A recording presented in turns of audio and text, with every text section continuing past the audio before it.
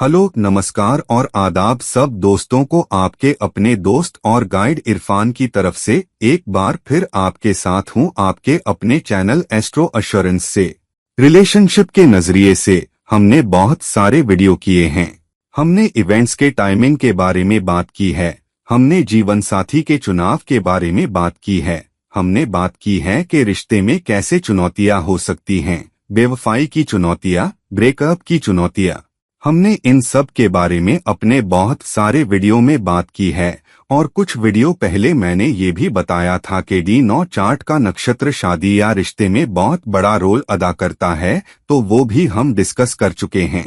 आज मैं इसे एक कदम और आगे और गहराई में ले जाना चाहता हूँ, जहाँ मैं और ज्यादा बात करना चाहता हूँ कि शादी कैसे मैनिफेस्ट होती है, क्या वो स्थिर रहती है, क्या चुनौतियां और मौके हैं जो D9 नवांशा किसी इंसान के लिए पेश कर रहा है, और कैसे कुछ इवेंट्स ज्यादा प्रोबेबल बन सकते हैं।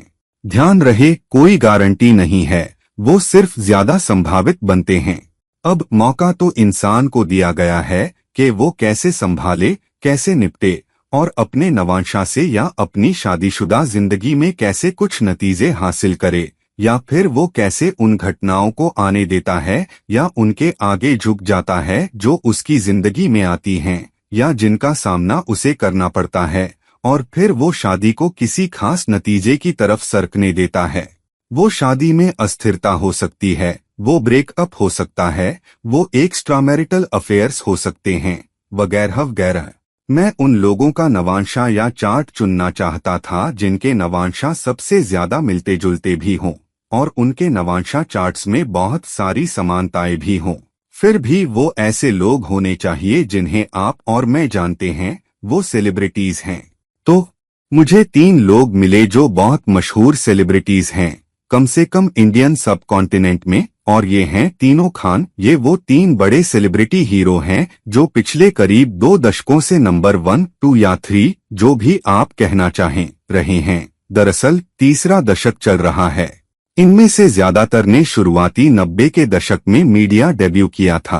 सलमान खान ने अपना डेब्यू मेरे ख्याल से 1989 में किया था और सिर्फ 1 साल पहले थे, और वो लगभग रातों रात सुपरस्टार बन गए।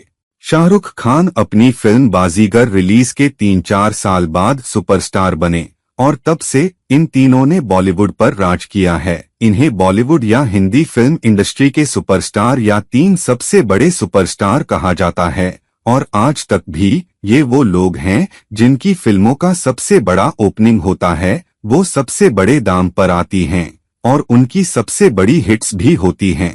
तो आइए इन तीनों लोगों की कुंडलियों में गहराई से उतरें, खास तौर पर नवांशा या D9 चार्ट को ध्यान में रखते हुए। और मैंने इन तीनों को सिर्फ इसलिए नहीं चुना क्योंकि ये सुपरस्टार हैं और मशहूर हैं, बल्कि इसलिए भी क्योंकि इन सबका जन्म साल एक ही है। आमिर खान, सलमान खान और शाहरुख खान तीनों 1965 में पैदा हुए, कुछ महीनों के फासले से। आमिर खान मार्च में पैदा हुए, जबकि शाहरुख खान और सलमान खान क्रमशः नवंबर और दिसंबर में पैदा हुए। तो सलमान खान और शाहरुख खान दोनों की कुंडलियों में बहुत सारी समानताएं हैं, यहाँ तक कि उनके D9 चार्ट में भी। हालांकि D9 में बहुत सारी समानताएं होना इतना आसान नहीं है, खास तौर पर क्योंकि जन्म समय में कुछ मिनटों का बदलाव भी होने पर D9 बदल जाता है या भाव चार्ट्स बहुत बदल जाते हैं। फिर भी उनके D9 चार्ट्स में बहुत सारी समानताएं दिखती हैं और आमिर खान के साथ भी कुछ समानताएं हैं, और इसलिए मैं इन समानताओं का उपयोग ये दिखाने के लिए करना चाहता हूं कि कैसे इवेंट्स के कुछ पैटर्न तीनों लोगों की शादीशुदा जिंदगी, उनके प्यार की जिंदगी, उनके रिश्ते की स्थिति में हुए हैं, और कैसे उनकी जिंदगी उस आधार पर मुड़ी है कि चीजें D9 चार्ट या नवांशा चार्ट में कैसे मैनिफेस्ट हुईं, और रिश्तों ने भी एक खास रास्ता कैसे अख्तियार किया। तो मैं इसमें गहराई से उतरना चाहता हूँ और मैं बात करना चाहता हूँ कि उनकी जिंदगी में कुछ चीजें क्यों हुईं, चीजें कहाँ होती हैं, D9 चार्ट या नवांशा चार्ट क्या भूमिका निभाता है, और उन्हें कैसे एक मौका दिया गया। राशियां हमेशा हमें कुछ चीजों के मैनिफेस्ट होने या न होने का मौका देती हैं। चुनाव हमें दिया गया है। ऐसा नहीं है कि ये आपका D9 चार्ट है या ये ग्रहों की स्थितियां हैं तो ये होना ही है, तो ऐसा काम नहीं करता। ये संभावनाओं के आधार पर काम करता है। मौके भी आपको दिए जाते हैं, आप उस ताकत को कैसे मैनिफेस्ट करना चाहते हैं जो इनकार से संबंधित है। तो जबकि इनकार का संबंध और बहुत सी चीजों से है, फिर भी क्योंकि इसका रिश्ते से गहरा नाता है, तो आज मैं और किसी चीज से ज्यादा रिश्ते के नजरिए से बात करना चाहता हूँ। तो आइए गहराई से देखें कि तीनों लोगों शाहरुख खान, आमिर खान और सलमान खान की जिंदगी कैसी रही है, खास तौर पर उनके रिश्ते और वैवाहिक स्थिति के बारे में। अब देखते हैं सलमान खान की कुंडली कैसी है और फिर उनके D9 चार्ट में आते हैं। सबसे पहले सलमान खान की कुंडली में मेष लग्न है और उनका चौथा भाव स्वामी चंद्र है, और ये बहुत बहुत अहम है जो उनके D9 चार्ट या नवांशा चार्ट में भी बड़ी भूमिका निभाता है। और अगर आप देखें कि उनका चौथा भाव स्वामी चंद्र शनि के साथ विष दोष में है, लेकिन 11वें भाव में जो कि कर्म भाव भी है और इच्छाओं और आकांक्षाओं का भाव भी है, शादी के नजरिए से स्थिर वैवाहिक गृहस्थ जीवन के नजरिए से विष दोष के कारण, शनि के पीड़न के कारण वो घूम जाता है। दूसरी बात, उनका 7वां भाव स्वामी शुक्र भी गहरे पीड़न में है, मंगल के साथ D1 चार्ट में खेलता है और उनकी शादीशुदा जिंदगी में मुश्किलें पैदा करता है, जहां आक्रामकता, गाली गलौज और यहां तक कि हिंसा भी भूमिका निभा सकती है। और हम जानते हैं कि उनके बहुत से रिश्तों में वो हिंसक हुए हैं, लोग सामने आए हैं, खास तौर पर ऐश्वर्या राय के साथ उनके एक रिश्ते में, जो पहले एक अभिनेत्री भी थीं, रिश्ता अपमानजनक हो गया था और ये भी जाना जाता है कि वो एक घर पर गए मुद्दे बनाए, बहसबाजी थी, हिंसक थे। और कुछ लोग कहते हैं कि उन्होंने उन्हें शारीरिक रूप से नुकसान भी पहुंचाया, कम से कम उन्होंने सामने आकर कहा है कि उन्होंने उनके साथ शारीरिक दुर्व्यवहार किया। तो ये है उनका D1 चार्ट उनके चौथे भाव, 7वें भाव और शुक्र की स्थिति के बारे में। शुक्र प्यार, स्नेह, रिश्ते का कराका भी है और उनके 7वें भाव का स्वामी भी है। अब जब आप उनके D9 चार्ट को देखते हैं तो उनके D9 चार्ट में आप पाएंगे कि शुक्र उनके लग्न पर राज करता है और लग्न पर राज करते हुए शुक्र मिथुन राशि में चला गया है। अब मिथुन राशि क्या है? मिथुन राशि द्वंद्व या भ्रम या मन न बना पाने की राशि है। तो उनके रिश्ते में खास तौर पर शुक्र या स्त्रियों या स्थिर रिश्ते के साथ वो मन नहीं बना पाए हैं और इसलिए कई बार वो अपने रिश्ते को शादी के जरिए फ्रुक्टिफाई या कानूनी रूप देने के करीब आए, लेकिन ऐसा नहीं हुआ क्योंकि आखिरी पल में उनके रिश्ते में शंकाएं थीं। तो शुक्र का मिथुन राशि में जाना दिखाता है कि मन में संदेह पैदा होता है। और अगर आप देखें कि उनका बुध कहाँ है, तो उनके लग्न चार्ट में बुध केतु के साथ और वृश्चिक राशि में स्थित है और ये शाहरुख खान और आमिर खान के D9 चार्ट्स के साथ एक अहम कनेक्शन है, जैसा कि हम आगे देखेंगे। फिर उनके D9 चार्ट में आप देखते हैं कि स्वामी मंगल है। उनका मंगल कहाँ स्थित है? मंगल छठे भाव में स्थित है। छठा भाव रिश्ते के नुकसान का भाव है और मंगल छठा स्वामी होकर छठे भाव में गया है, जो अपने से 12वां है, रिश्ते के नुकसान के भाव में और उनके गृहस्थ जीवन दोनों के स्वामी के साथ स्थित है, जो शनि है, चौथे भाव पर राज करता है और साथ ही 5वें भाव रोमांस के भाव पर भी राज करता है। तो शनि गृहस्थ जीवन के चौथे भाव का स्वामी होने के साथ साथ रोमांस के 5वें भाव का स्वामी होकर छठे भाव में जाता है और 7वें भाव के स्वामी मंगल के साथ स्थित होता है। लेकिन जो यहाँ अपनी उपस्थिति सबसे मजबूती से महसूस कराता है वो है राहु, और क्योंकि राहु इस मिश्रण में आता है, जिसका मतलब है कि उसके रोमांटिक प्रेम संबंध में वो किसी स्थिर कानूनी वैवाहिक रिश्ते में प्रतिबद्ध होने या उसमें परिवर्तित करने में सक्षम नहीं है, क्योंकि बाहरी लोगों की भागीदारी है जो राहु है, और इसलिए उसके रिश्ते टूट गए क्योंकि वो एक व्यक्ति पर टिक नहीं सका और उसका रिश्ता टूट गया क्योंकि उसकी नजर भटकती थी, वो रिश्ते के प्रति सच्चा नहीं था और उसने अपने रिश्ते में धोखा किया। ये बात सार्वजनिक तौर पर उस रिश्ते से भी स्वीकार की गई थी, जिसमें वो सबसे लंबे समय तक रहे ऐश्वर्या राय के साथ, जिन्होंने सामने आकर कहा कि जब वो मेरे साथ थे तो वो बाहर भी देख रहे थे और इसलिए मैं वो अपमान नहीं सह सकी और इसलिए मैं अलग हो गई। अब मुख्य चुनौतियों में से एक क्यों है कि वो मन नहीं बना पाते, सिर्फ इसलिए नहीं क्योंकि शुक्र मिथुन राशि में स्थित है और उन्हें द्वंद्व देता है। किसी भी मैनिफेस्टेशन को 2 या 3 चीजों का सहारा चाहिए। अब ये द्वंद्व क्यों है? एक वजह यह है कि D9 चार्ट में चंद्र बृहस्पति के साथ उनके लग्न में है। चंद्र रिश्ते की राशि यानी तुला में चला गया है और तुला उनके D1 चार्ट में उनका 7वां भाव स्वामी है। तो चंद्र का नवांशा के लग्न में रिश्ते की राशि में जाना, जिसका अर्थ है कि चंद्र या माया मातृत्व प्रभाव उनके रिश्ते में हस्तक्षेप करेगा, जिसका अर्थ है कि वो शादीशुदा जिंदगी में मां जैसी आकृति देखते हैं।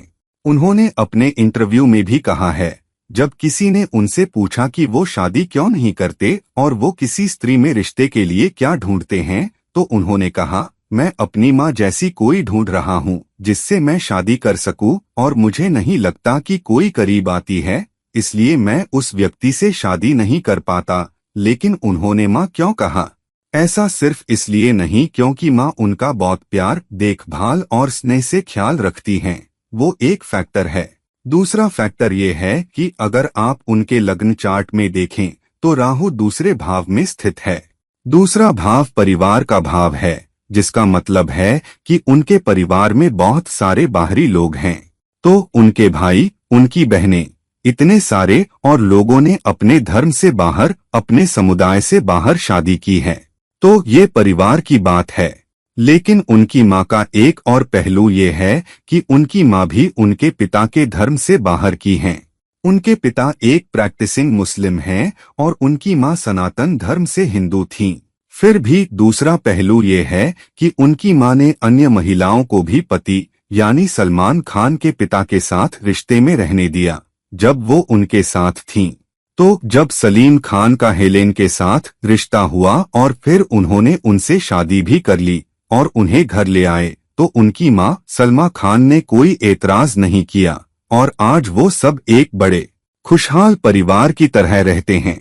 सलमान भी ऐसा रिश्ता चाहते थे जहां जिससे भी वो शादी करें उसे उनकी बेवफाई या बाहर देखने और दूसरों के साथ रिश्ते बनाने पर कोई एतराज न हो और वो नजरअंदाज करे और उनके दूसरे प्रेम प्रसंगों को भी स्वीकार करे। और ये बात उनकी जिंदगी की महिलाओं को मंजूर नहीं थी। ऐश्वर्या राय, जो उस वक्त दुनिया की सबसे खूबसूरत महिला थीं, कम से कम कुछ या बहुत से लोगों के लिए उनके साथ रहने के बावजूद फिर भी उनकी नजर भटकती थी। वो उन सीमाओं से बाहर निकल रहे थे और वो दूसरी महिलाओं के साथ भी रिश्तों में थे। और क्योंकि उन्हें लगा कि ऐश्वर्या राय को इस पर नजरअंदाज करना चाहिए था और वो ऐसा करने को तैयार नहीं थीं, इसलिए वो अलग हो गईं। और इसलिए बाहरी लोगों की मौजूदगी, जो D9 चार्ट के छठे भाव में राहु द्वारा मैनिफेस्ट हुई, ने उनके रिश्ते को कभी स्थिर नहीं होने दिया और कभी किसी स्थिर कानूनी रिश्ते में नहीं आने दिया। हर बार जब वो किसी स्थिर रिश्ते के करीब आए तो वो बाहरी लोगों की भागीदारी के कारण ब्रेकअप में बदल गया। ऐसा नहीं है कि उन्हें मौका नहीं दिया गया। शनि उनका चौथा स्वामी और साथ ही 5वां स्वामी है और छठे भाव में स्थित है। शनि छठे भाव का कराका है, इसलिए शनि ने उन्हें स्थिर रिश्ता रखने का काफी मौका दिया, जिसका मतलब है कि अगर वो चाहते तो वो उसे शादी में बदल सकते थे, क्योंकि शनि रोमांस का 5वां भाव स्वामी है और मंगल शादी का 7वां भाव स्वामी है और वो दोनों छठे भाव में एक साथ हैं। फिर भी वो शादी राहु की मौजूदगी के कारण नहीं हो सकी। तो D9 चार्ट में छठे भाव में शनि और मंगल बहुत बहुत अहम हैं।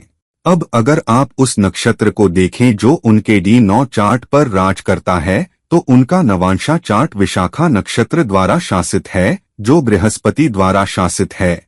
और अगर आप देखें तो बृहस्पति सीधे लग्न में चला जाता है और बृहस्पति उनकी कुंडली में वक्री है।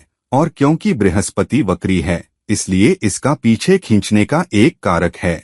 और मैंने अपने बहुत से वीडियो में कहा है, जैसे एक गुलेल जहां पीछे खींचा जाता है और छोड़ा जाता है, तो मिथुन राशि में बृहस्पति, ये एक और कृपया याद रखें, बृहस्पति उनके D1 चार्ट में मिथुन राशि में है और उनके D1 चार्ट में 7वें भाव पर दृष्टि डालता है, जिसका मतलब है कि शुरुआती 2 या 3 रिश्ते स्थिर नहीं थे।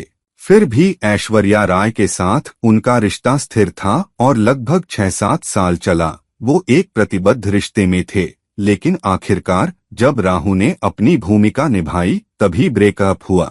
और वो ब्रेकअप कब हुआ? वो 2002 में हुआ, उनके शनि महादशा की शुरुआत में ही। जब उन्होंने 2002 में अपनी शनिशनी अंतर्दशा में कदम रखा तभी ऐश्वर्या राय के साथ उनका ब्रेकअप हुआ। और अगर आप देखें तो शनि उनके रोमांस के 5वें भाव का स्वामी भी है और राहु के साथ खेलता है, जिसका मतलब है कि बाहरी लोगों का उनके रोमांटिक रिश्ते में शामिल होना स्थिरता नहीं लाया। अगर उन्होंने चुना होता तो वो उस एक्स्ट्रामैरिटल अफेयर से बाहर निकल सकते थे और ऐश्वर्या के साथ अपना रिश्ता पक्का कर सकते थे और उसे बनाए रख सकते थे, लेकिन अपनी मर्जी से उन्होंने वो रिश्ता जाने दिया। अब जब आप केतु की स्थिति देखते हैं तो बस ध्यान रखें कि केतु उनके D1 चार्ट में वृश्चिक में स्थित है, बृहस्पति मिथुन राशि में स्थित है और शनि कुंभ राशि में है। अब जब आप शाहरुख खान की कुंडली देखते हैं तो आप पाएंगे कि शाहरुख खान की कुंडली में भी शनि कुंभ राशि में है, केतु वृश्चिक राशि में है, हालांकि अलग अलग भावों में, और बृहस्पति फिर से मिथुन राशि में है, जिसका अर्थ है कि बृहस्पति के वक्री होने के कारण कई बार व्यक्ति अपनी बुद्धि में, अपने द्वंद्व में कुछ गलतियां करेगा। सलमान खान की कुंडली में बृहस्पति मिथुन राशि में रहते हुए उनके 7वें भाव पर दृष्टि डाल रहा था।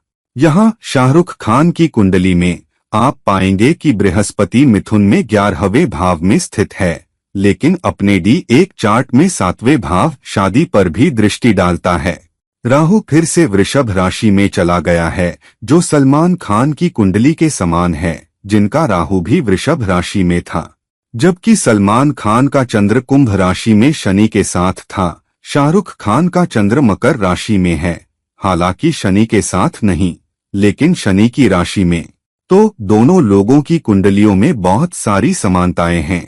हालांकि जब आप उनके D9 चार्ट पर जाते हैं तो दोनों कुंडलियों के बीच एक अद्भुत समानता है। सलमान खान और शाहरुख खान के D9 चार्ट के बीच, सलमान खान के D9 चार्ट में 6ठे भाव में शनि, मंगल और राहु हैं, जबकि शाहरुख खान के 6ठे भाव में अकेले शनि और मंगल हैं, लेकिन राहु 7वें भाव में शुक्र के साथ चला गया है।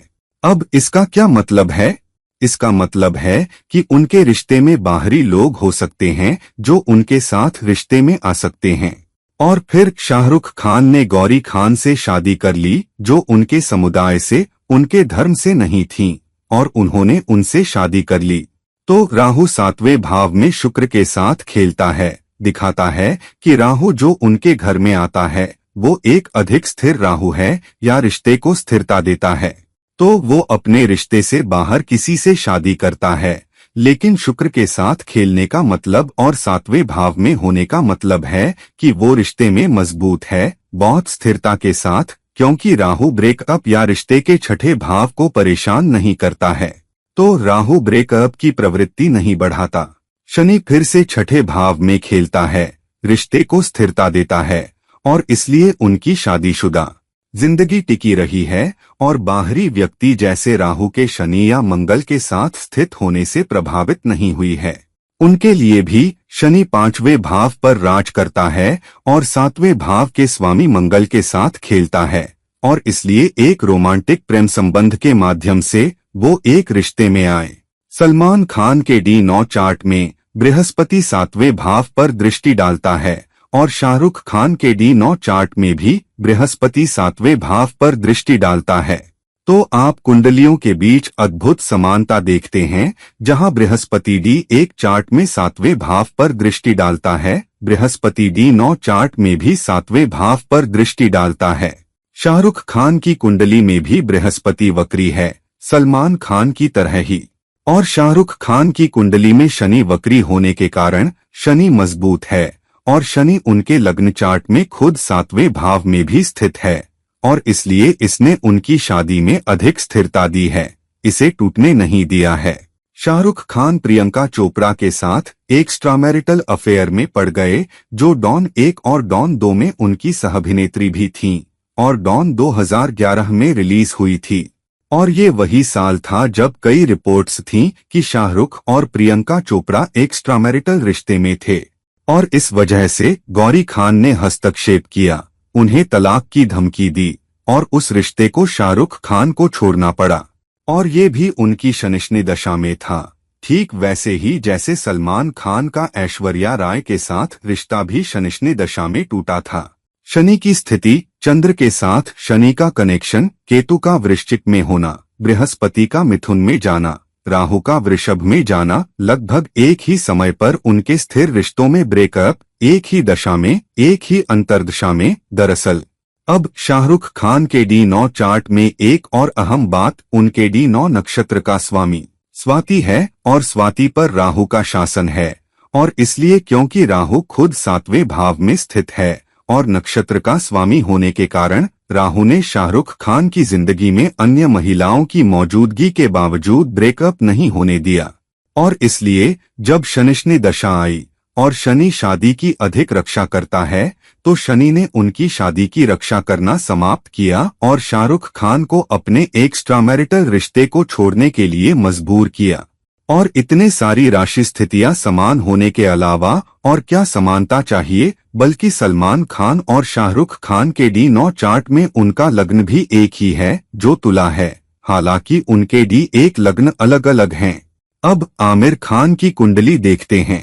अब अगर आप आमिर खान की कुंडली यहाँ देखें तो आमिर खान का शनि भी कुंभ राशि में है, उनका राहु भी वृषभ राशि में है, उनका केतु भी फिर से वृश्चिक राशि में है और उनका चंद्र पश्चिमी नक्षत्र में चला गया है, जो उनके D1 चार्ट में शनि द्वारा शासित है।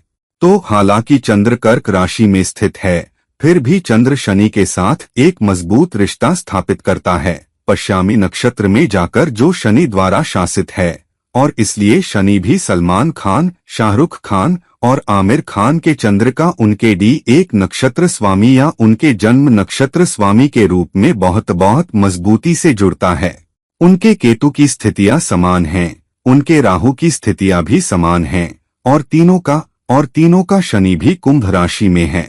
और आमिर खान का बृहस्पति भी, अगर आप देखें, आमिर खान का बृहस्पति भी 7वें भाव पर दृष्टि डालता है, ठीक वैसे ही जैसे शाहरुख खान की कुंडली में भी बृहस्पति D1 चार्ट में 7वें भाव पर दृष्टि डालता है। और अगर आप देखें तो उनका बुध परिवार के दूसरे भाव में नीच का है और राहु D1 चार्ट में चौथे भाव में चला गया है, जो दिखाता है कि बाहरी लोगों की मौजूदगी हमेशा उनकी शादीशुदा जिंदगी के लिए खतरा बनी रहेगी। अब जब आप उनके D9 चार्ट को देखते हैं तो उनके D9 चार्ट का नक्षत्र स्वामी क्या है? उनके D9 चार्ट का नक्षत्र स्वामी उत्तर भाद्रपद है, जो शनि द्वारा शासित है। अब फिर से आप शनि का उनके D9 चार्ट या उनकी शादीशुदा जिंदगी से मजबूत कनेक्शन देखते हैं और उनके नवांशा या D9 में शनि अपनी ही राशि कुंभ में चला गया है, जबकि लग्न चार्ट में भी कुंभ राशि में स्थित है। तो ये एक बहुत मजबूत वर्गोत्तम शनि है, लेकिन शनि अब केतु के साथ स्थित है, तो यहाँ शनि स्थिरता नहीं है। तो शनि उन्हें पर्याप्त स्थिरता तो देगा, लेकिन उनकी अपनी मैनिफेस्टेशंस, उनकी अपनी मौजमस्ती के कारण वो अपनी शादी को बर्बाद कर देंगे। अब आइए देखें सभी तीनों के लग्न चार्ट में राहु वृषभ में, केतु वृश्चिक में, शनि कुंभ में की समानताओं के अलावा D9 में समानताएं देखते हैं। अब D9 चार्ट में अगर आपको याद है, सलमान खान के D9 चार्ट में भी राहु छठे भाव में था।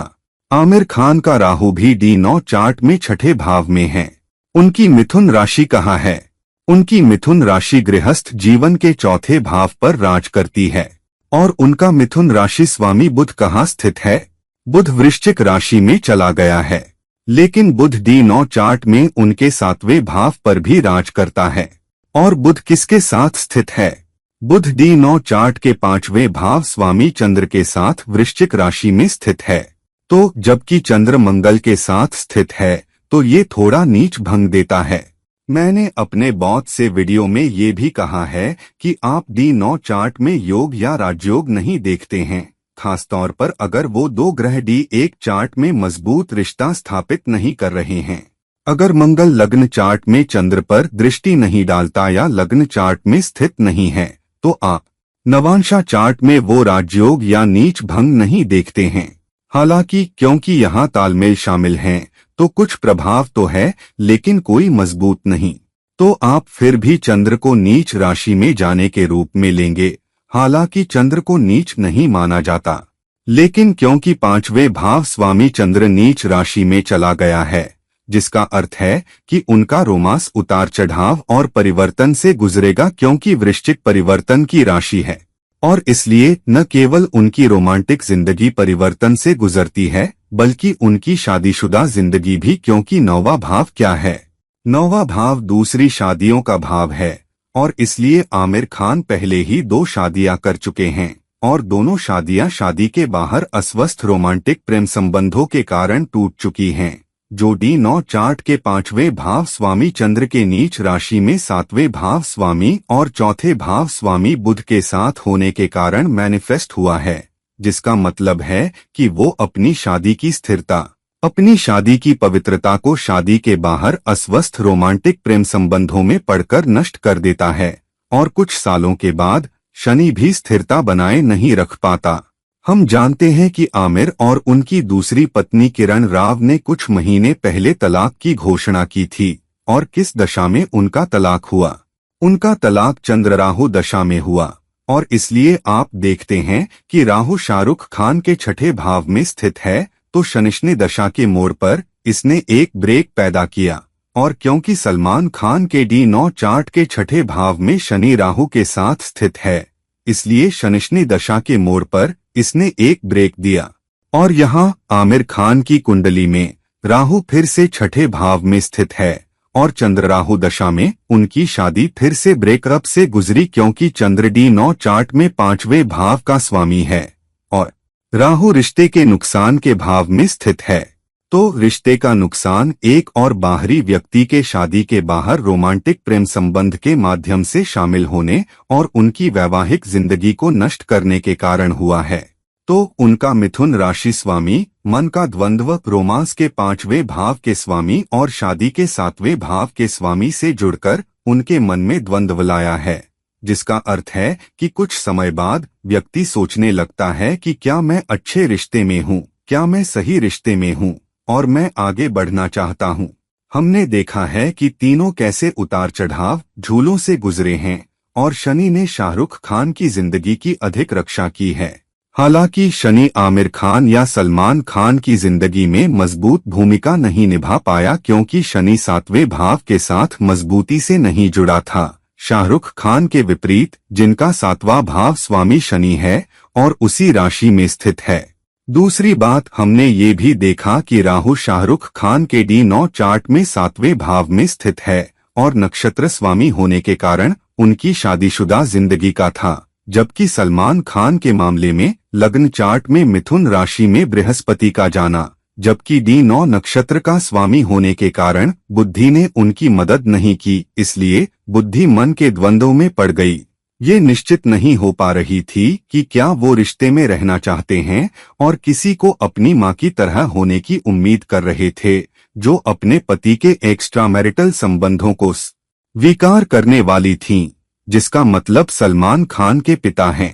सलमान खान को अपने रिश्ते में ऐसा कोई चाहिए था। वो थे, उनकी जिंदगी की महिलाएं उस स्थिति को स्वीकार करने और नीचे आने को तैयार नहीं थीं, और इसलिए सलमान खान एक के बाद एक कई ब्रेकअप में पड़े रहे और कभी किसी स्वीकृत कानूनी वैवाहिक जिंदगी में बस नहीं पाए। फिर हमने ये भी देखा है कि कैसे शनि और चंद्र का संयोजन, सलमान खान का चंद्र D1 चार्ट में शनि के साथ स्थित है, उनके D1 चार्ट में शनि द्वारा शासित है। शाहरुख खान का D1 चार्ट और चंद्र का D1 चार्ट में शनि के नक्षत्र में जाना, इसने उनकी सोच, उनके चुनाव करने और वो रिश्तों को कैसे देखते हैं में क्या भूमिका निभाई है। तो दोस्तों, अब जबकि हमने तीनों कुंडलियां देख ली हैं, हमने D9 चार्ट्स की तुलना की है, हमने D1 चार्ट की तुलना की है, उनकी स्थितियां इतनी अद्भुत समानता। राहु वृषभ में, बृहस्पति कुछ स्थानों पर जाना। राहु वृषभ में, तीनों चार्ट्स में राहु वृषभ में। शाहरुख खान और आमिर खान दोनों के लिए बृहस्पति का मिथुन में जाना। तीनों चार्ट्स में शनि का कुंभ में जाना। तीनों चार्ट्स में चंद्र का शनि के साथ मजबूत रिश्ता स्थापित करना। तीनों चार्ट्स में केतु का वृश्चिक में जाना, बुध का खेलना या बुध राशि मिथुन मन का दा वंदव। तीनों चार्ट्स में मजबूत भूमिका निभाना। लग्न चार्ट में बृहस्पति के दृष्टियां भी समान, दृष्टियां भी D9 चार्ट में भूमिका निभाना। शनि शाहरुख खान की जिंदगी में अधिक स्थिरता प्रदान करता है और राहु भी शाहरुख खान की जिंदगी में स्थिरता देता है क्योंकि ये नक्षत्र स्वामी है और 7वें भाव में स्थित है। लेकिन राहु सलमान खान और आमिर खान दोनों की जिंदगी में कहर बरपाता है। दरअसल राहु उनके प्रतिबद्ध रिश्ते में ब्रेक का कारण बनता है। सलमान खान के लिए एक प्रतिबद्ध रोमांटिक रिश्ता, लेकिन आमिर खान के लिए एक प्रतिबद्ध कानूनी रिश्ता भी।